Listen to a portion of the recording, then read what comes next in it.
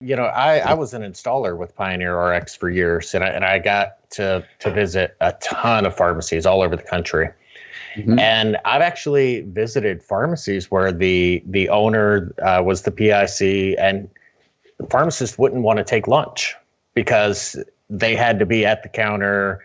They had so much ownership and not enough delegation, that they were struggling every day at the level of, do I take a lunch? So, I see Joe Williams opening a pharmacy, out cutting down branches, doing the Indy RX consulting, then opening clinic pharmacy, and then later Fairmont. You can't do that by yourself. So is that a solution? Is that part of your success? If you're a pharmacist who's maybe not comfortable moving into a new direction with an established pharmacy, maybe the direction is to move into a role of more delegation. So I've experienced exponential growth since I pulled myself off of the bench. There's no denying it. We were fortunate. We bought Clinic Pharmacy in January. I ended up buying another pharmacy, St. Paul's Drug, in September of the same year. They were the one that I could throw a rock and hit at Brisson. And was really, really fortunate enough to have the pharmacist, the owner, join the store along with a couple staff members. Great transition, very smooth. Everything worked out beautifully. And when she came on, it meant that I now had another pharmacist that understood retail space and could help me.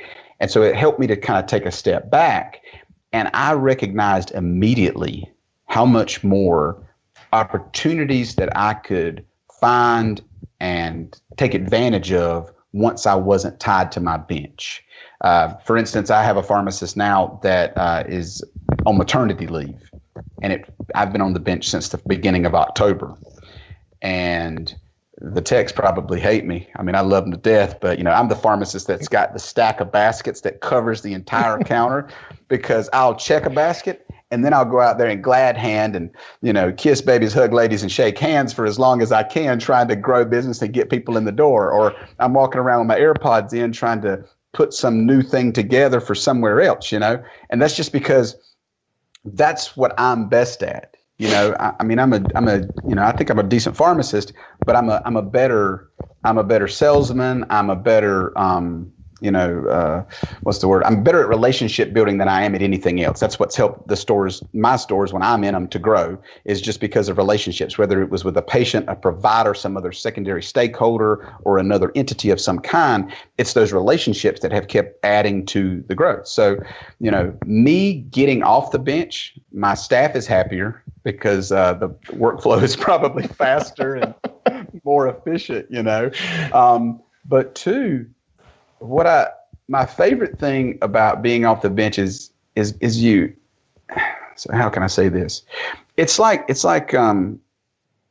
being here, looking at the world, and being here and looking at the world. I can suddenly see the big picture, and I can see all of the moving parts, whether it's our logistics and how we manage our delivery programs and understanding how the 3 stores should work in unison, or if it is the providers that would most benefit, their patient population most benefit from our programs, whether it's open enrollment or strategic partnership. I mean, just the list goes on and on and on and on. But if I'm checking, the hundreds of prescriptions a day that I have to check at my stores, I can't clear my mind long enough to do that.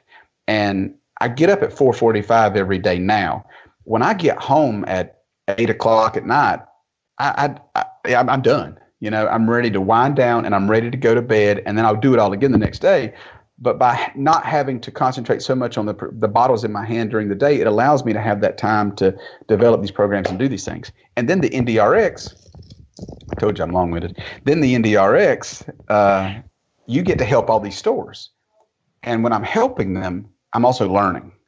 There have been stores that they were the best in the country at this one thing inside their store.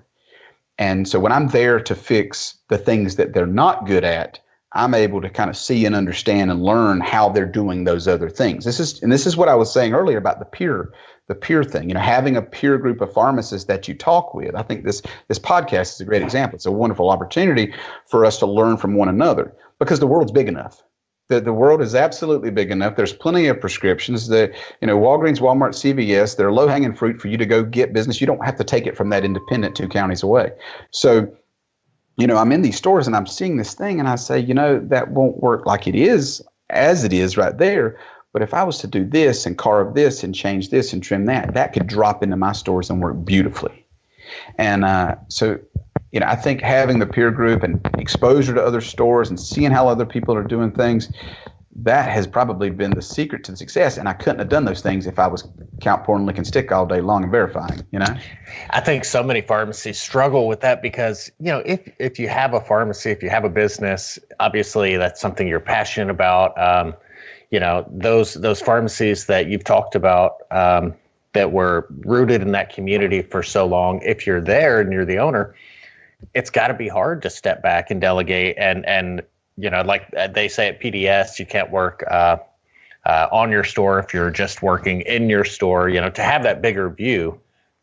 How do you talk yourself into letting go of the reins a little bit, and giving somebody else that autonomy to help your business succeed? When I wasn't on the bench, I put a value on my time. The business background. So I put a number there and I said, Joe, every hour that you're working, this is how much you're costing yourself to do it. So during that hour, I needed to be making, 5 times that in either lead generation or new patient acquisition or developing a program that was going to have a stream behind it, or it was going to improve the quality of life of my patients or something. I had to put a number on it to make it make sense for me. And so that made me a lot more efficient when I wasn't doing it. And so I quickly realized that I could do more for my business out here, back here, or out there in the world than I could at that bench. And like I said before, they're probably better at that than I am, because they're not trying to be on the phone growing the program while they're checking the prescription. They're concentrating on what's in front of them, and that's what I want them to do. They all of them now treat the stores like they belong to them, which is great. And you need to empower them to do it. You can't you talk about handing the reins off. And I did this initially where I was working at this clinic. I was working there almost half the time. And so I was making someone else the manager, but I was still managing it.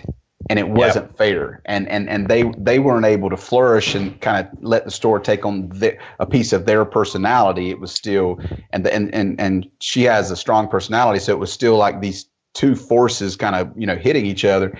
And finally I said, all right, I'm taking a step back. I'm walking out. I'll be here when you're not, and I'll come back and basically treat you like a client and do this consulting. And then the store started climbing up. So yeah. Thanks for listening to this clip from Beyond the Scripts, presented by the Catalyst Pharmacy Podcast. If you enjoyed this episode, please support our channel by liking, subscribing, and clicking the notification bell so that you'll be notified anytime we post new content. To stay up to date with all of the latest independent pharmacy news and content, follow PioneerRx on your preferred social media platform.